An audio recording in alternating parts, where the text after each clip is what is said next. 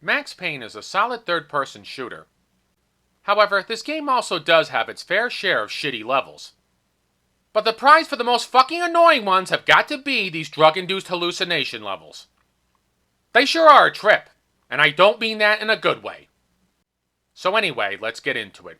Levels from Hell, Max Payne for the PlayStation 2, the hallucination levels. If nothing else, I will say this. These levels are creepy as hell. Even all these years later, I still find them genuinely scary and disturbing. Perhaps even too disturbing given the game's context.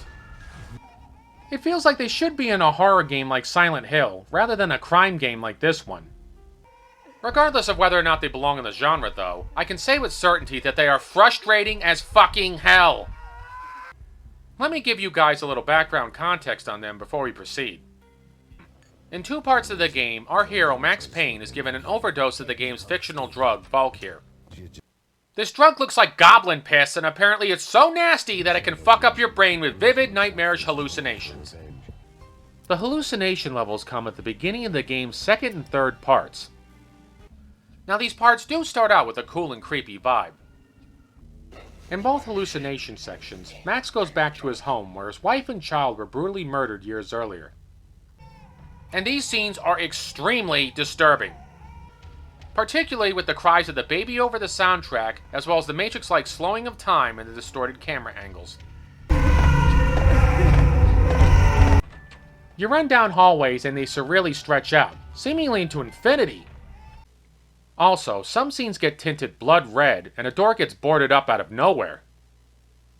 The whole ambiance reminds me of one of my favorite horror movies, Angel Heart from 1987. There's also parts where Max has flashes of his dead baby daughter. As I said before, it's genuinely disturbing, especially for a crime game. Another part, called Funny as Hell, has a cool bit where Max is in a burning room. However, he doesn't burn when he touches the flames. I like these scenes a lot, and if this were all these levels were about, then they wouldn't be level from hell candidates. Unfortunately, in both levels, you soon come to the real nightmare. And I'm not talking about the ones caused by the dope. No, I'm talking about these blood trail sections. In both areas, you step out into a blackened space with blood trails stretching out into the void. Like the previous scenes, it looks cool and creepy. Unfortunately, the terror and awe of the visual soon gives way to a fuck ton of frustration. Now the blood trails are like balancing beams or girders, if you will. You have to move across these blood lines and make it to the other side. Sounds easy, right?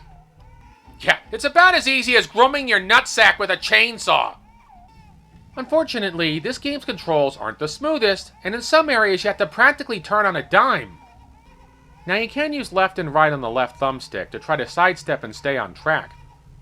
So there is some small margin for error, but not much. If you fall off a line though, you don't die. In fact, you can't die here since these levels aren't real in the game's universe and you have infinite lives. If Max falls into the darkness in the second blood trail area, he screams in agony.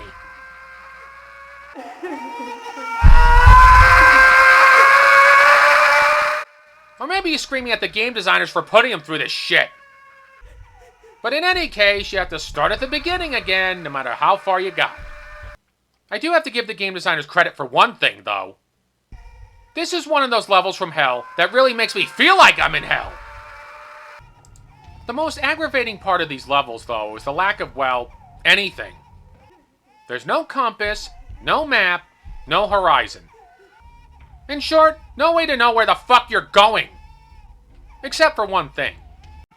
If you hear Max crying out in pain, you're going the wrong way.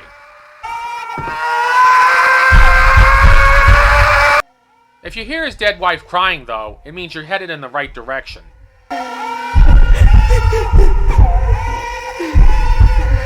Now that's a nice idea for cues.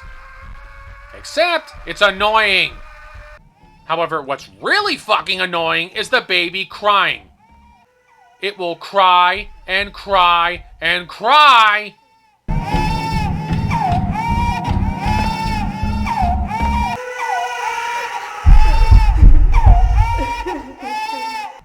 Enough already!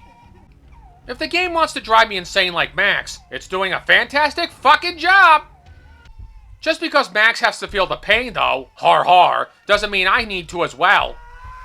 The baby crying alone ruins these levels. A little bit of it is tolerable, but when you keep on failing over and over again for 20 minutes, it becomes really fucking aggravating. In fact, it's so aggravating that I have to mute the game to save my own sanity. But then I can't hear Max's screams or his wife's cries to know I'm going the right way. Wonderful! At this rate, I may as well go whole hog and gouge my fucking eyes out with a screwdriver! They really should have ditched the whole baby crying and left this level silent. Because that would have added to the creepy ambiance and made the level a whole lot more bearable. Or at least only have the baby cry rarely when you're going the wrong way. Because all this goddamn noise makes this level damn near unbearable to play. And as I said earlier, there's no other way to tell where you're going. Worse still, these levels have gaps and sometimes even lines below you. So you have to make jumps and even falls to get through these areas. Sometimes you just take leaps of faith, which as you know I'm a real big fan of. I think they should have had some kind of horizon, or at least some kind of object to orient you, like an arrow or a glowing light. Or something. Or even a fucking burning bush.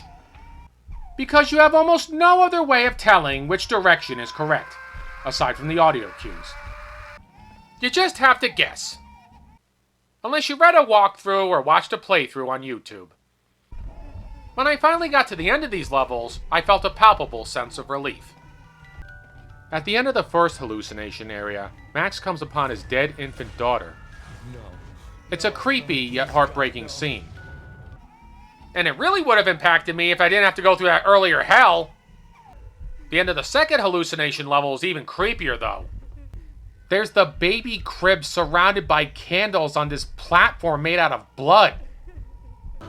Then Max comes upon himself, or perhaps his own guilty conscience, and has to gun it down. If they'd cut out the whole blood maze crap and just had this, it would have been a fantastic scene. By the way, is it just me or does Max Payne look like Mickey Rourke in this scene? Specifically from Angel Heart. Maybe. Overall, this is one case where I really like the idea of these levels, but the execution leaves a whole hell of a lot to be desired.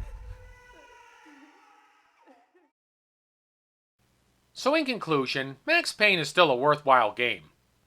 But these hallucination scenes are the kind of awful levels that you play once and then never again. Because they are just so fucking annoying. This is Film and Stuff, signing off. Thanks for watching.